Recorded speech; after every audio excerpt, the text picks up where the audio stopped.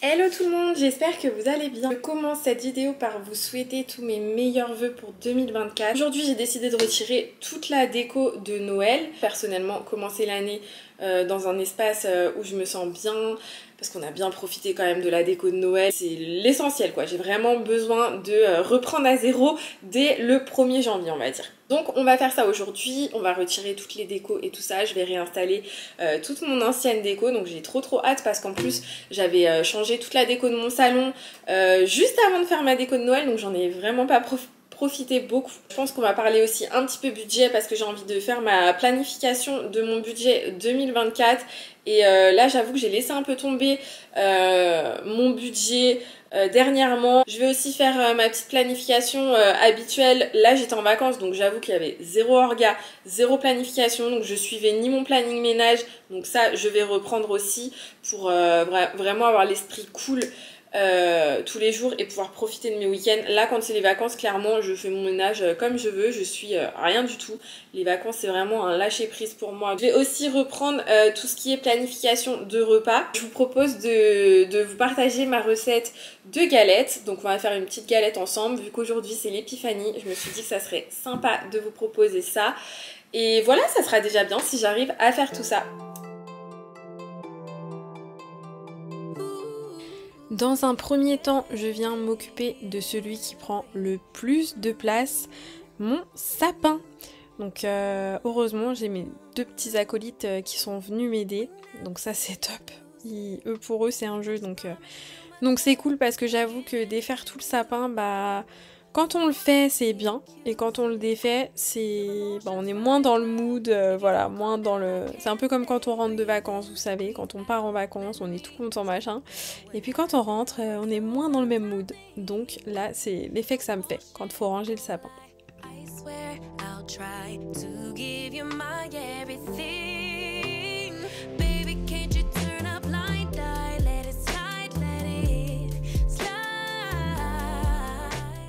Et je viens passer un petit coup d'aspi parce que le sapin enneigé c'est assez joli, c'est sympa et tout, mais ça en met partout. Donc ensuite je viens enlever les lumières, donc j'ai commencé par le haut et finalement je me suis rendu compte que en fait j'étais en train de faire le truc à l'envers. Donc j'ai juste après retiré le haut du sapin et puis j'ai repris mon rouleau pour ranger la guirlande lumineuse et j'ai commencé par le bas et c'était beaucoup plus simple. Mais cette étape est vraiment super longue. Et ensuite je viens remettre le sapin dans son carton et ça c'est pareil, franchement c'est une galère. Je me demande si je vais pas essayer de trouver une housse un petit peu plus grande et ça sera peut-être encore mieux pour le stocker, ça prendra aussi moins de place, donc je pense que je vais me renseigner pour l'année prochaine me trouver une housse.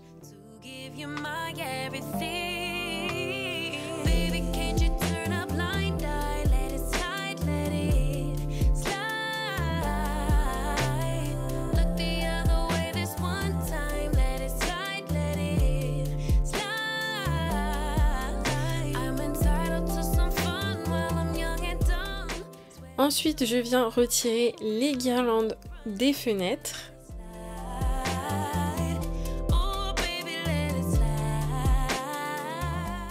Et je retire les coussins. Alors pour les housses de coussins, je vais pas les laver, je vais les ranger directement parce qu'elles sont pas sales et que à chaque fois que je sors ma déco de Noël, je lave tout. Donc ça sert à rien de laver une fois quand on range et une fois quand on ressort. Autant que je lave qu'une seule fois quand je sortirai tout l'année prochaine. Je viens aussi ranger dans un sac spécial toutes mes décos que je fais pendre au niveau de la mezzanine.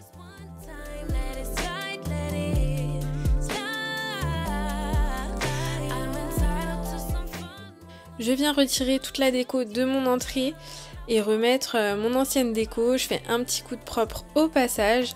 Et quand j'ai remis mon ancienne déco, je trouvais que ça faisait un peu vide. Ça me semblait un peu bizarre. Et finalement, plus tard, après même que j'ai terminé la vidéo, je me suis rendu compte que j'avais pas remis mon ancien cadre. En fait, j'ai un cadre qui vient à la place de l'étoile grise. Donc je l'ai réinstallé depuis et ça fait beaucoup plus habillé.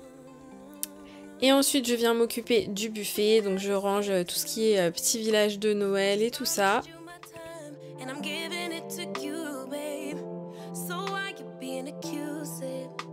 Your emotions running wild. If you don't calm down, I can't stay. Breathing,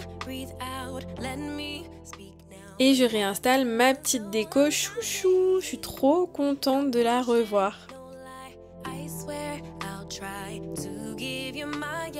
vais retirer toute ma déco là et dedans j'ai des bougies chauffe-plat. Et en fait ce que j'ai fait c'est que j'en ai acheté plein de la marque Sirius parce qu'elles peuvent marcher avec la télécommande. Vous avez un bouton on-off et on peut laisser 2 heures, 4 heures, 6 heures ou 8 heures, on peut régler. Et en fait j'en ai acheté plein. Parce que moi j'ai beaucoup de bougeoirs et j'aime bien le soir allumer. Sauf qu'en fait ça me prend un temps fou à tout allumer un par un. Et en fait de base j'avais celles-là, elles sont pas chères, elles sont vendues chez Action. Mais elles n'ont pas de timer. Sinon j'en ai d'autres qui ont aussi un timer. Donc celles-là je vais les garder aussi à proximité. Mais toutes celles qui n'ont pas de timer, je vais les ranger. J'en profite pour vous partager ma petite page Instagram. Et si vous voulez me soutenir, n'hésitez pas à liker, à partager et à vous abonner sur YouTube.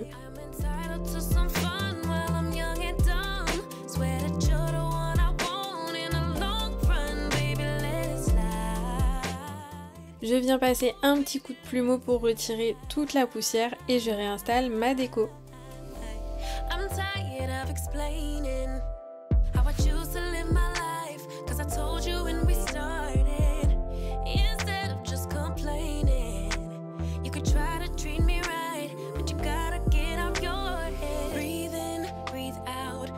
Ça fait trop du bien de retrouver sa maison nickel. J'ai tout retiré au niveau du plafond. Ma petite déco. Oh, bon, j'ai encore des petits trucs à ranger. Là, j'ai tout ça. Mon mari, là, il arrive, il rentre du boulot. Donc, on va pouvoir tout monter ensemble. Aller changer mon petit fond d'écran. Il ne reste plus qu'à ranger ma petite étagère juste là. Et j'en aurai terminé avec la déco. Je suis trop contente d'avoir retrouvé ma maison.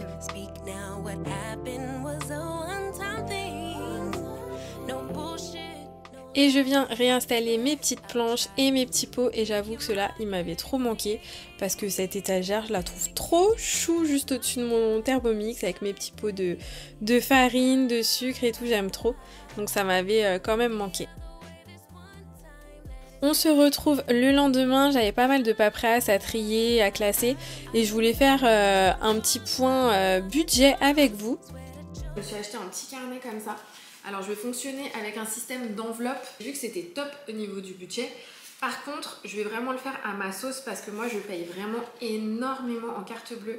Et je me vois pas fonctionner avec que du liquide. Donc ça va juste être pour mon épargne surtout. Je vais vous montrer grosso modo ce que j'ai envie de faire avec le petit agenda pour les systèmes d'enveloppe. Alors je suis pas du tout une pro du budget. Je me suis dit que là j'allais m'y mettre là pour janvier. Donc je vous montre comment je vais procéder. Je vais déjà faire ça pour le mois de janvier, voir si ça marche. Là je vais pas rentrer de ouf dans les détails. Au pire, si ça marche pour moi, je vous referai une vidéo à ce sujet et si ça vous plaît. Ce que j'ai fait, c'est que j'ai commencé à me faire une feuille. Alors là je peux pas imprimer tout de suite maintenant, donc j'ai fait, c'est pas grave, j'ai préparé ça sur ma feuille de papier. En 1, je vais mettre nos revenus et les allocations. Voilà, je vais pas du tout compter les revenus que je fais sur YouTube parce que c'est tellement aléatoire que je me dis qu'au pire ça peut être que du plus. Donc voilà, je vais pas du tout les compter. Ensuite, je vais calculer toutes mes charges fixes. Alors là, je sais que j'ai oublié des trucs, mais quand je vais éplucher mes comptes, je vais en rajouter. Mais là, voilà, grosso modo, je vais calculer toutes mes charges fixes.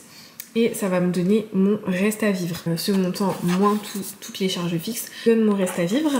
À partir de ce reste à vivre, je vais calculer toutes mes charges variables. Voilà. Donc au pire, je vais essayer de me donner une ligne de conduite et essayer de le respecter, de la respecter au maximum. Par exemple, mes courses, je sais pas, je vais peut-être mettre 5 ou 600 € et je vais essayer de pas dépasser.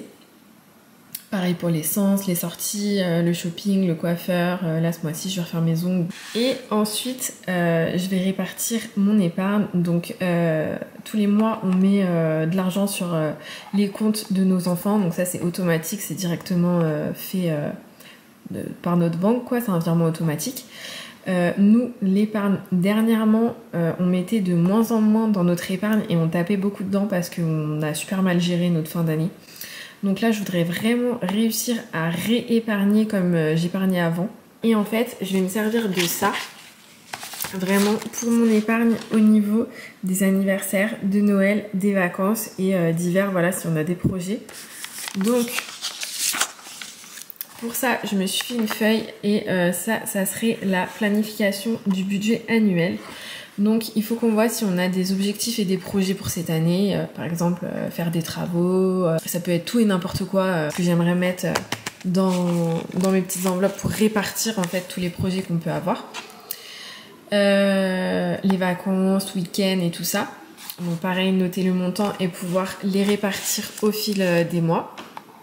Tous les anniversaires voilà, de toutes nos familles et tout ça, donc se les noter pour pouvoir répartir. Noël pareil, pour pas arriver à Noël et se dire mince j'ai pas mis de côté, le faire tout au long de l'année, comme ça finalement ça change rien du tout au budget à la fin de l'année et la fin d'année n'est pas rude.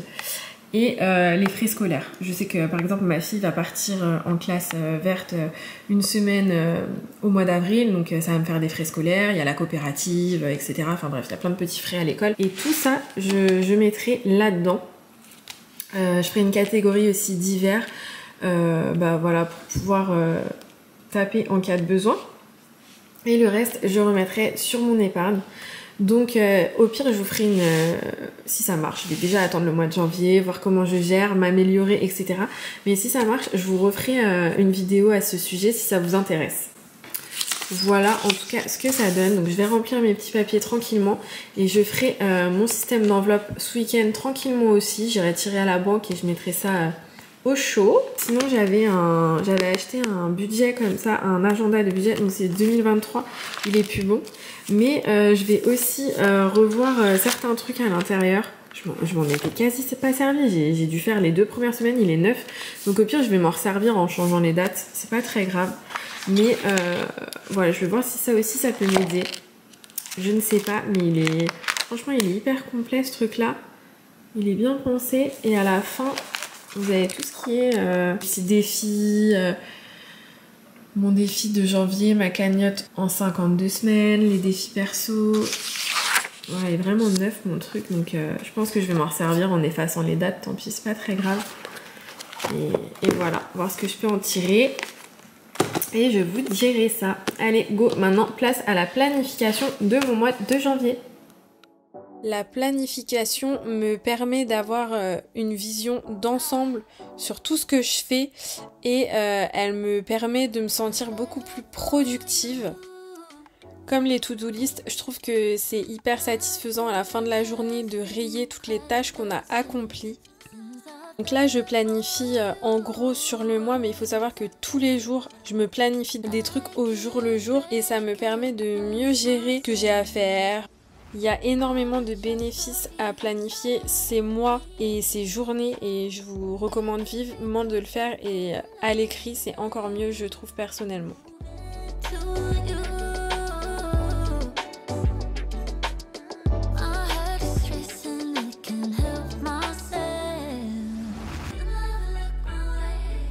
Bon, j'ai terminé ma petite planification. Franchement ce mois-ci c'est cool parce que j'ai quasi rien prévu. Donc ça va vraiment être un mois tranquille comparé à décembre où c'est un mois où tous les week-ends on a des trucs et tout. Donc là je suis trop contente de voilà, d'être dans ma maison, je vais pouvoir chiller, tout ça, on va pouvoir se poser, faire les choses qu'on a à faire à la maison et tout, et que ce soit pas un mois trop speed. Et franchement après Noël ça va vraiment faire du bien. Je me suis noté surtout mes idées de vidéos à organiser pour ce mois-ci. Donc normalement la semaine prochaine je vous sortirai en milieu de semaine la vidéo sur Londres.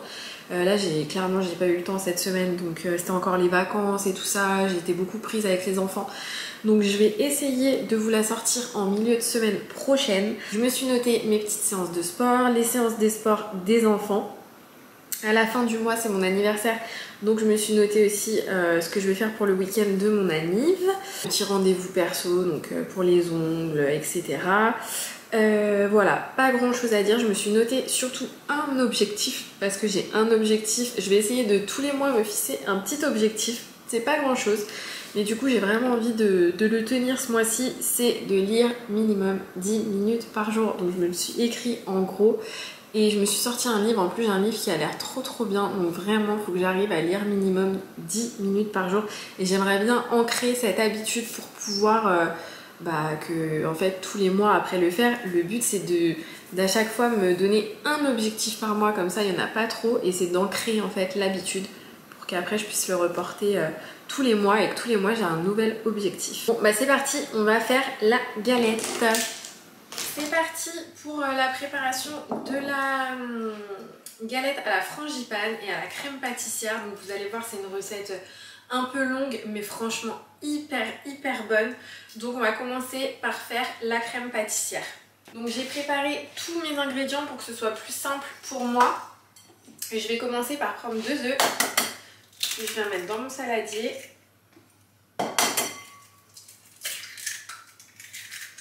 Je viens mettre mes 50 g de sucre et je viens mélanger. Donc je vais blanchir le tout. Voilà.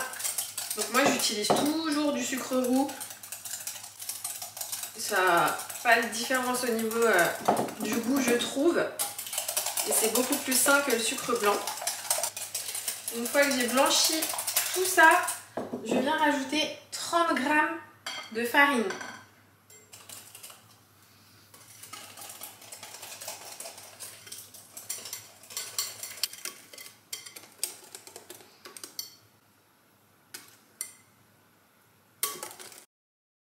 Je viens ensuite prendre un bâton de vanille que je vais fendre en deux pour récupérer les graines à l'intérieur. Voilà, et ça, je viens mettre dans 250 ml de lait entier. Donc je mets mes petits grains de vanille à l'intérieur. Ensuite, je récupère une petite casserole, je mets le lait et la vanille dedans et je vais mettre directement sur les plaques pour faire chauffer le lait. Par contre, attention, parce que le lait, dès que ça bout, il faut vraiment l'avoir sous les yeux parce que dès que ça bout, ça déborde. Donc, mon lait est chaud, donc ça va méga vite. Hein. Là, j'ai coupé la caméra juste le temps de nettoyer un petit peu mon plan de travail, c'était déjà chaud. Donc, le lait chaud, je le verse dans mon saladier où il y a les œufs, le lait et la vanille dedans. Je mélange. Voilà, donc je mélange bien la préparation. Une fois que c'est bien homogène et mélangé, je remets le tout dans la casserole.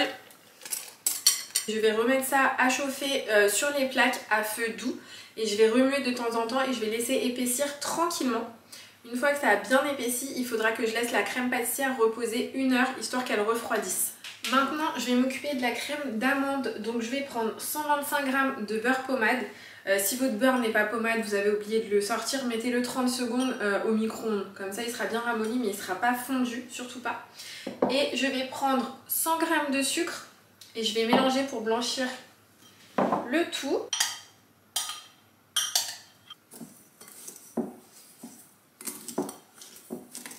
Pour que ce soit plus facile, parce qu'avec le fouet, ça se met au milieu. Et puis, une fois que ce sera bien mélangé, je pourrais reprendre mon fouet.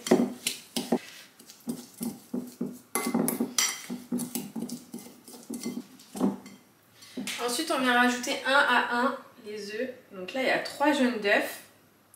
Donc je vais les rajouter petit à petit et je mélange. J'aurais dû prendre mon batteur électrique. Franchement, ça aurait été plus simple. J'avoue que j'ai voulu tout faire à la main. Voilà, pour pouvoir faire avec mon Thermomix. Comme ça montre un petit peu à la main qu'on peut, que tout le monde peut faire chez lui, même s'il n'a pas de robot, etc.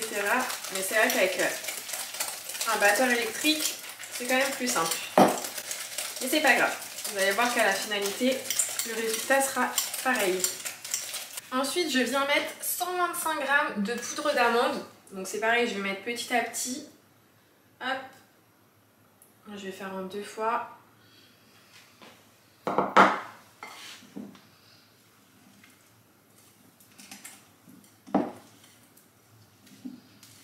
Vous allez voir, ça va être trop bon.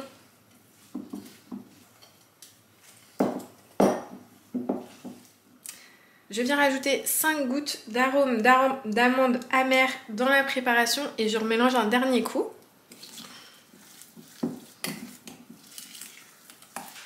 Ma crème pâtissière est prête, elle a super bien épaissi. Je vais la laisser tranquille 1 heure à température ambiante et on se retrouve juste après quand elle est froide. Ma crème pâtissière est froide. Franchement, j'ai goûté avec mon doigt, c'est trop bon. C'est trop bon. Donc je reprends ma préparation à la frangipane, enfin ma crème de frangipane plutôt, crème d'amande. Je viens mettre directement ma crème pâtissière avec la crème d'amande. Je vais prendre une maryse pour bien racler. C'est une recette qui est super longue, il y a des temps de repos et tout ça. Là, vous allez voir, il y a encore pas mal de temps de repos. C'est vraiment une recette qu'on mange pas, je veux dire, on la fait pas l'après-midi pour le goûter, vous voyez. Et franchement, vous allez voir le résultat, c'est canon. Et vraiment au goût, elle est vraiment trop bonne. Donc je mélange les deux.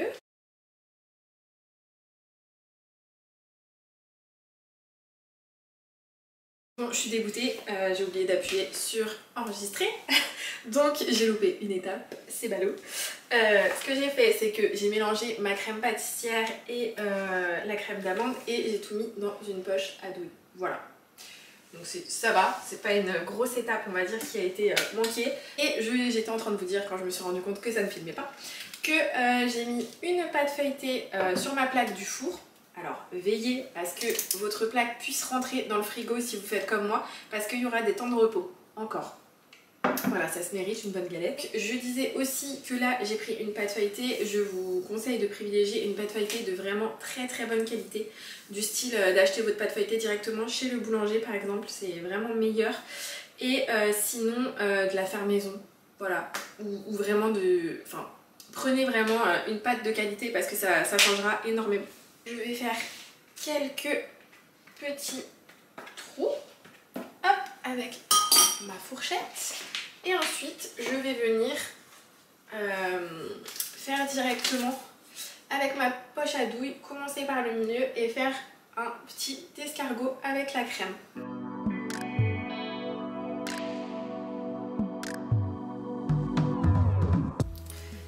Je sais pas ce qui s'est passé là, il devait y avoir un espèce de grumeau, j'en sais rien. Bref, c'est pas très grave.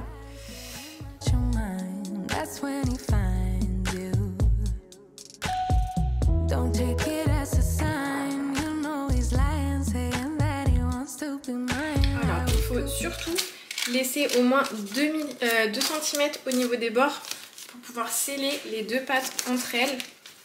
Donc là, vu que ma pâte elle est pas très ronde, j'essaye de faire gaffe.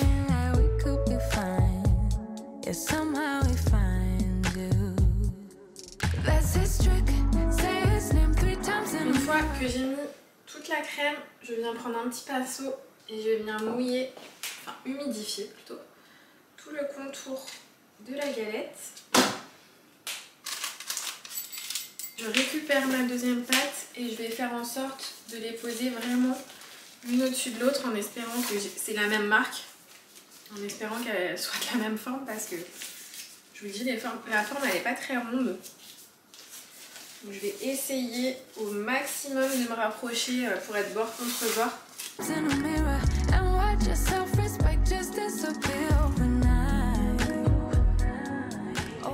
Franchement, heureusement, je viens d'avoir un tilt parce que j'ai pas encore tout adhéré. J'avais oublié de mettre la fève. Non mais trop bête. Du coup, la fève, on la met le plus possible près du bord parce que quand on coupe, forcément, on va couper moins près. Plus on est au bord. Donc il y a moins de chances de tomber sur la fève, même si évidemment généralement on tombe sur la fève. Donc je vais décoller une petite partie qui n'a pas trop adhéré et je vais glisser ma fève. Je veux dire que là mes enfants ils auraient fait la tronche. Hop, voilà. Donc ensuite je vais retourner la galette. En fait c'est pour qu'elle soit pas trop épaisse. Voilà, donc je viens me resservir du papier sulfurisé de la pâte feuilletée. Hop, et je viens retourner tout ça.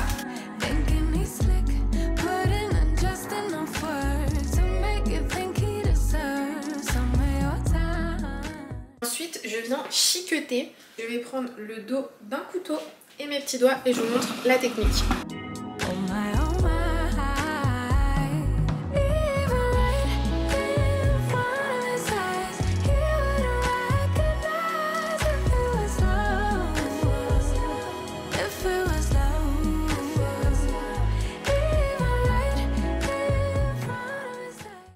Voilà ce que ça donne.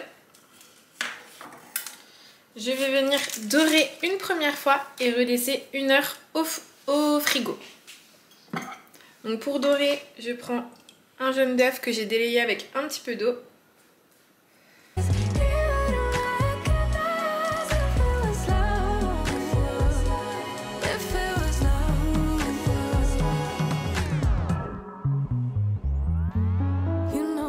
Dans 1 heure pour la deuxième dorure.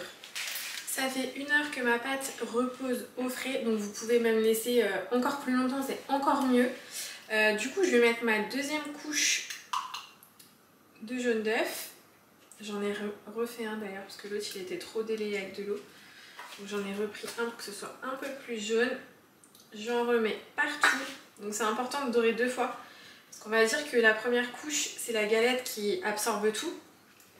Et la deuxième couche, pour le coup, c'est ce qui va vraiment dorer la galette. Hop. Et je vais pouvoir venir faire mon petit dessin.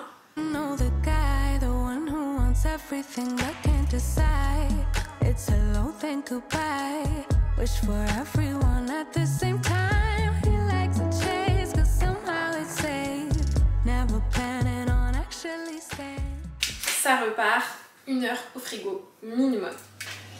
Ma galette est restée au frigo un long moment. Quelle heure est-il?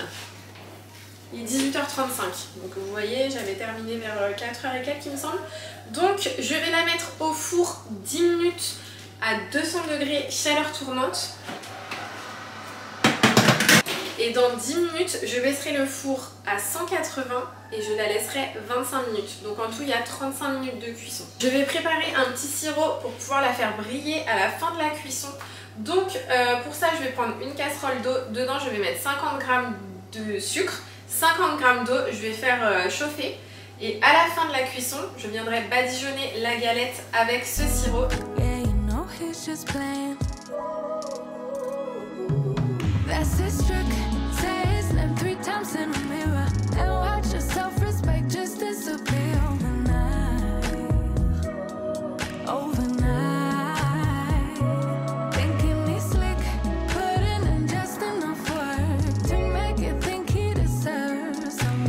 Et voilà, c'est sur cette recette que je vous quitte. La vidéo est terminée. J'espère qu'elle vous aura plu. J'espère que vous testerez la recette de la galette. Franchement, elle est trop bonne. Donc vous m'en direz des nouvelles si jamais vous faites cette recette. Je vous laisse. Je vous souhaite une belle semaine. On se retrouve la semaine prochaine pour la future vidéo. Bye!